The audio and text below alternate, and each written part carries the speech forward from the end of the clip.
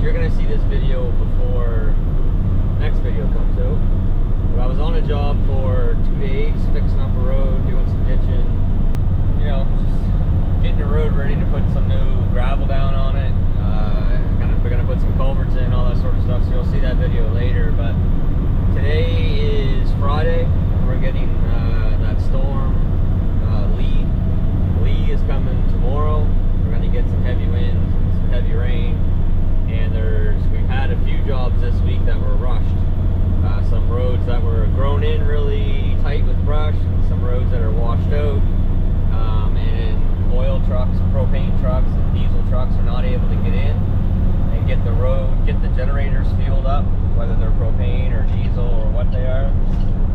So we've been doing some like emergency work, and I got a call yesterday to have a site done in Kearney Lake. So I'm on my way in towards Halifax right now, just leaving the South Shore, and I got to get that done by noon. I don't have any photos of it, just the only description I have is that there's deep ruts in the road. So we're gonna go in. Trevor's bringing the skid steer in with the Ram 3500 dually.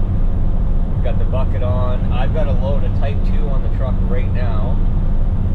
I'm ahead of Trevor, so I'm gonna head in there first.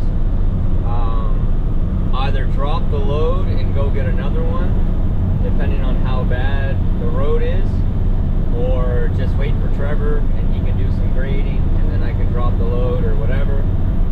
I don't know what we're into, so we'll just have to wait and see. So it's actually a really nice morning right now compared to what it's been all week. It has rained all week, and we're gonna get like another 50 to 80 millimeters of rain between tonight, tomorrow, and Saturday night, I guess, because of that storm. I don't know where the rain's gonna go because the ground is so saturated right now. There's no more that it can absorb. So I don't know. I will have to wait and see what plays out with this storm. But first things first, we'll get this road fixed up. See what we're into, I guess. All right. Well, coming up here is a hill that you guys haven't seen for quite a while. This used to be in a lot of my videos, especially tow testing videos and things like that. So Ingram Port Hill.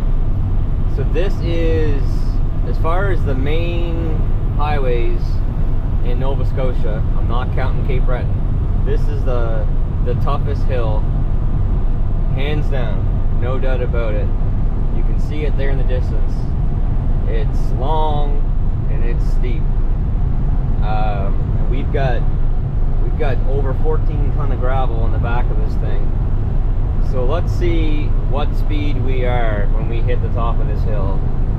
It'll be interesting to see if it gets down below 70. Because down below 70, you know, you got to put your four ways on, 70 kilometers an hour. But we'll see. We're into the hill right now. You can see our speed. This isn't the toughest part yet. So we'll see what takes place when we get up here. We're still in 6th gear.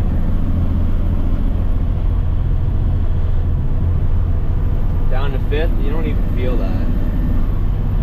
You hear it a little bit, but you don't even really feel it.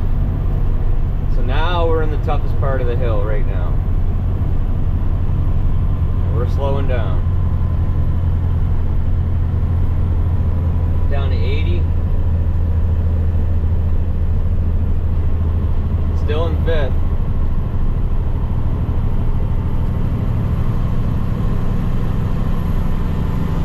Down to 70. Still in 5th. There we go. Down to 4th. We're right around 67, 68.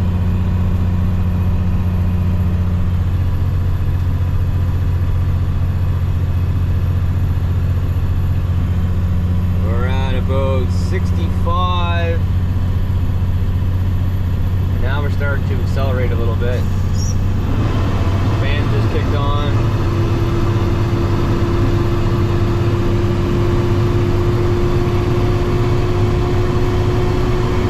Now we're moving pretty good up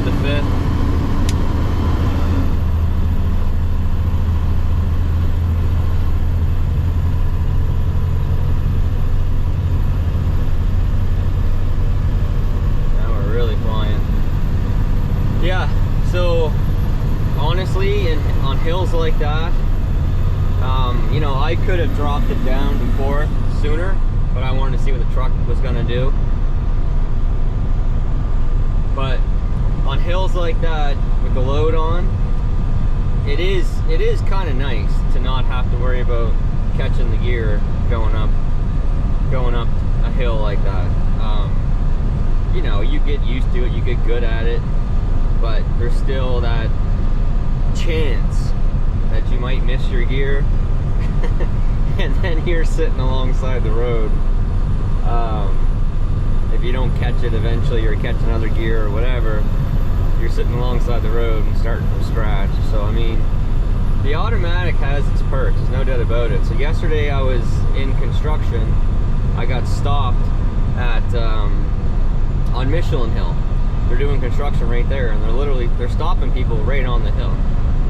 And I had a load on. I had a 15-ton load on, and I didn't need to worry about starting from a stop in first gear, catching second gear, catching third gear, you know, whatever. I pressed the D button. I released the brake. I took my foot off the brake, and the truck just sat there. It didn't coast back. It didn't do anything. And then I put my foot on the gas, and away I went. Like, that was pretty nice, I have to admit. So here's the difference between Ingleport Hill and another good hill. I'm still doing 85 kilometers an hour. That's the difference. 20 kilometers an hour in the difference from Ingleport Hill to other big, long, you know, hills. That shows how much that hill bites. Alright, so here we are, and here's the funny thing. So right where this tower is located, so there's actually two towers, this is the one we're working for, is right inside of an old quarry. Now, I haven't been in here since they shut this down, because I used to come up here. This is where I came when I lived in Tantallon for all my gravel, Gateway. I really like this place. Good material, easy to get in and out, easy to find things, pretty good group of people working here. And then they shut it down. I just assumed that it was shut down because they ran out of space, which is what I was told, and they ran out of material. There's still a lot of material left here. So I could have just easily got a load from here and brought it over and dumped it, but that's not the case, because the scale is permanently closed. So here's what we got. We got a lot of material washed down the road here. It's a little too fine for what these roads require. When Trevor gets here, he can jump in the skid steer and start bringing this stuff from the bottom up, and then just start grading the road, taking the center off, even taking some of the shoulders off and cleaning it up. I'd say more than likely one load is going to do all we need to do here to get this fixed up. There are some pretty good ruts. They used a layer of type 2 on the bottom, it looks like, and then they used class A on the top. The class A just washed away. It's quite deep here. Up here is not bad. Really the only tough section is that one. It's just that section right there. So hopefully Trevor's here soon and get her fixed up and get on out of here and go back and get some more things secured. It's basically 9 o'clock right now. It'd be nice to be out of here by I don't know, 10 or like 11 or 12. I don't know what they're building over there.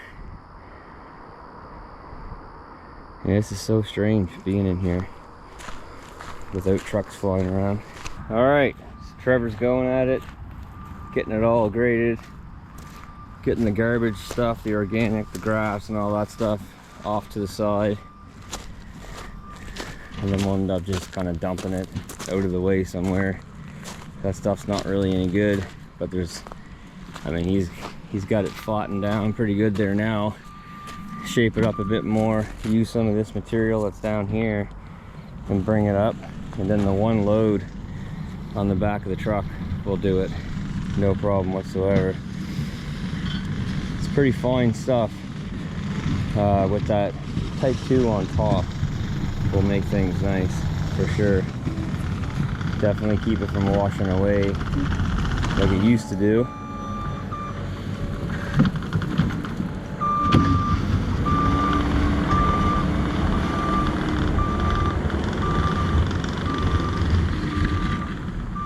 Be better than it ever was.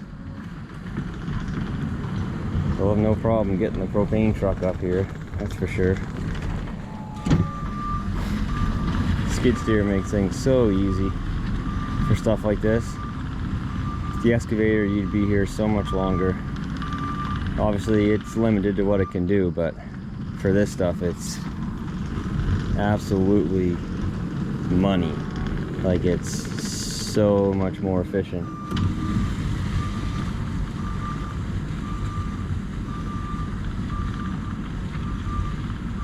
I'd love to get like a dozer blade, a grader blade for this thing, for doing driveways and stuff. I've seen a few nice ones, a few really good ones. And also like a Harley rake would be awesome. I just gotta have the use for it. Mulcher, you know, that thing does its job. The bucket, obviously, all that. But they can just do just about anything. The skid steers, you can get almost anything for them. Yeah, you'll keep at that a bit, get it shaped up first, and then we'll use the load of the good stuff on top of it, and then run her down with the skid steer, pack it down, and they'll be good to go up. All right, well, he's pretty much got her fixed up. We haven't even put any material down yet. Take a look at that. Looks a little better than we got here, eh?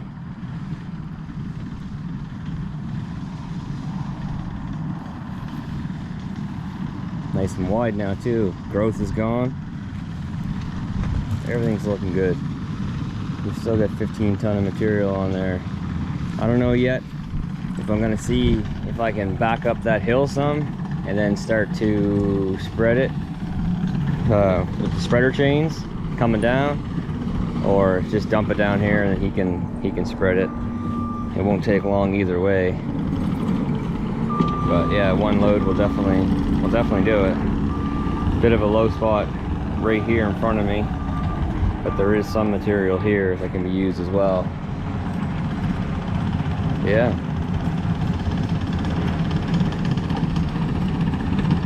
It's definitely good on the skid steer, that's for sure. He looks right at home in there. Hopefully he watches this video. Well, that was an absolute joke coming up here. Didn't even spin a wheel. Now, I just want to put a thin coat on here. So we're going to open the spreader chains up almost to nothing. And we're going to head our way down. Alright, so we're going to give this thing a whirl. One thing I don't want to do is not have enough.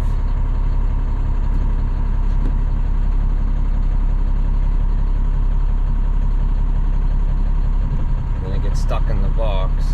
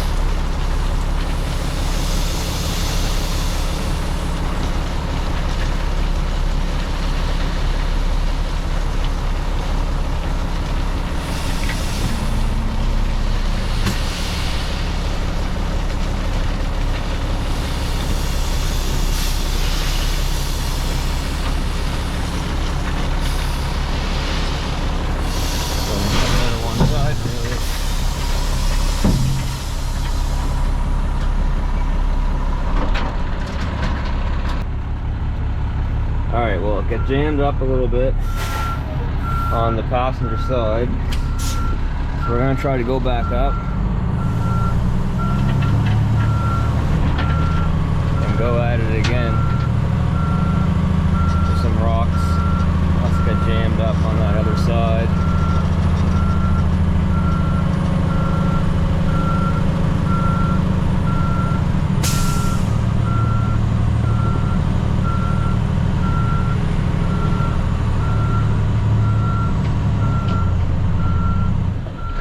All right, well, that worked very well. 2 passes on it and it's all good to go. Trevor's just kind of smoothing it out and packing it down now, but I backed up there for the fun of it before we even put the newer material down. But yeah, they'll have no problems whatsoever getting up and down this hill for a long period of time, that's for sure.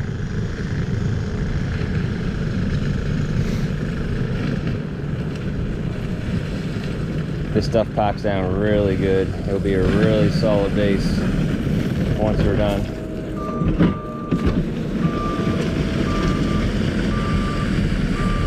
When I do my cottage road, I'm just probably going to use this stuff. Probably won't use any Class A at all, honestly, because this stuff packs down. Once it packs down, it stays much better. And it's not too big, it's not rough, it smooths out, it's, you know, all the good parts. So that's how far you can make one load go with the spreader tanks. So he's just driving up and down it now, packing it down. This gives it a nice crown too for the water to run off each side. So this road should stay pretty good now for quite a long time.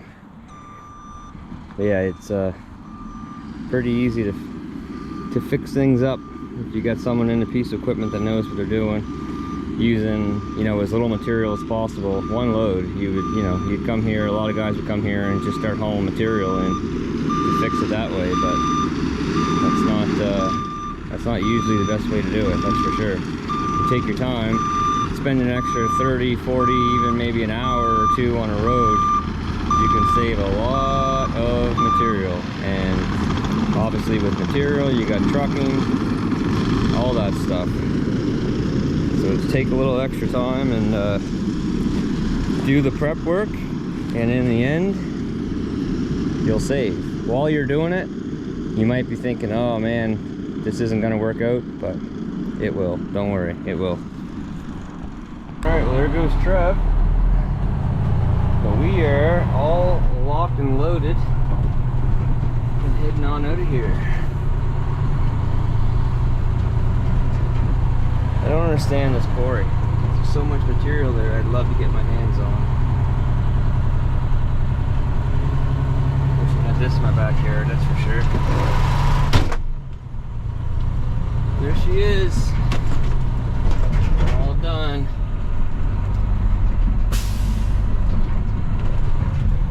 Well, let's head her on back. Well, folks, made it back. Done. Got that job done. Propane truck, I haven't heard from the tower company, but we got no problems getting in there now, that's for sure. Anyway,